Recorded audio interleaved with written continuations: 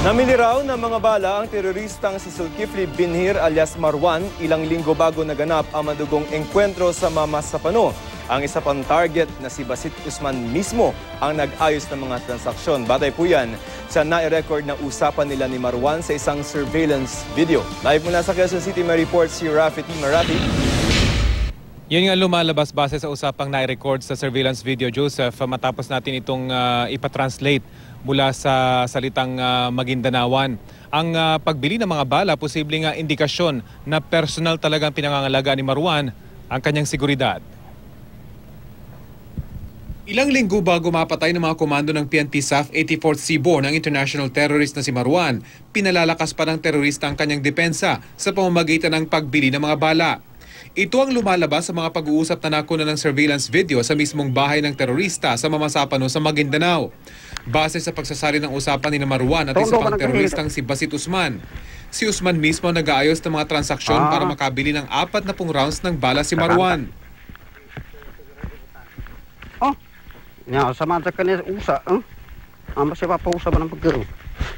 May isa pang kausap si Usman at Marwan sa kubo ng terorista. Sabi ni Basit, naroon na ang mga bala.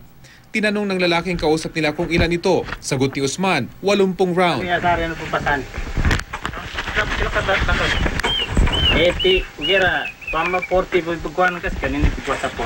At dahil 4 na pulang ang binibili ni Marwan, gusto raw bilhin ng lalaking kausap nila ang matitirang 40 rounds pa. Wala sa usapan kung para sa anong klase ng baril ang pinag-uusapang bala. Pero nabanggit din ng mga katagang 4 na magazine at 3 magazine na banana. Magasinan to. Tayo timang kunin to ba? Banana.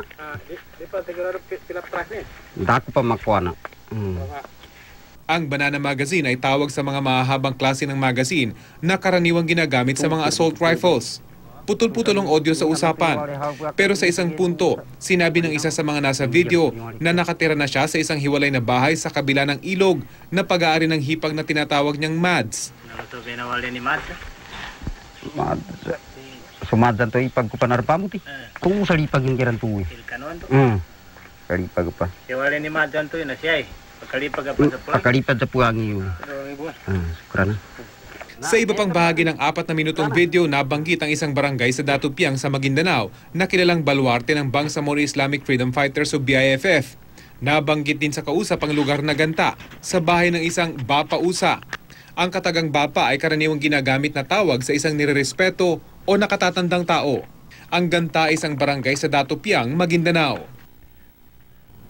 Bagamat patay na itong si Marwan Joseph, marami pa ring clue, ika nga, na pwedeng makuha mula sa video, lalo na yung kabuuan ng naturang surveillance footage, lalo pat hanggang ngayon ay pinaghanap pa si Basit Usman at ilan pang pinaniwalang dayuhang terorista na kasama ni Marwan. Joseph? Rafi, may impormasyon ba kung kanino bumibili ng mga balat baril itong si Usman? Wala tayong nakuhang indikasyon na kung saan galing itong mga bala na binibili nitong si Marwan. Putol-putol yung audio naibigay ng source sa GMA News. Pero I'm sure naroon ito dun sa kabuuan ng surveillance video na nakakatiyak tayo na pinag-aralan na ng mga intelligence units, Joseph. Rafi, yung pagbili ni Usman ng mga baril at bala, ito ba ay talagang lagi na niyang ginagawa or dahil ba may informasyon siya na magkakaroon ng operasyon, right? Sabi mo kasi ilang linggo bago mangyari yung Mamasapano, nagsisimula ng bumili ulit itong si Usman ng mga baril at pala. Sadly, Joseph, doon sa video na binigay ng source sa GMA News ay hindi kompleto yung footage na ito. Malamang itong mga katanungan ito ay naroon sa kabuuan ng video kung saan galing ang mga balang ito, para sa ang klase ng baril, ang mga balang binibili nitong si Marwan. Posible pang may mga impormasyon kung saan eksakto manggagaling itong mga ordinance na ito. Pero yun nga, yung mga naibigay sa ating footage ay kulang-kulang. So speculative kung sasabihin natin naghahanda siya para sa isang pag-atake. Pero I would assume, Joseph, na itong pagbibili niya ng bala ay indikasyon talaga na personal niyang pinangangalagaan yung kanyang seguridad at hindi lang siya umaasa kung sino man yung nagpoprotekta dun sa lugar na kanyang tinitirhan, Joseph. Alright, maraming salamat, Rafi Tima.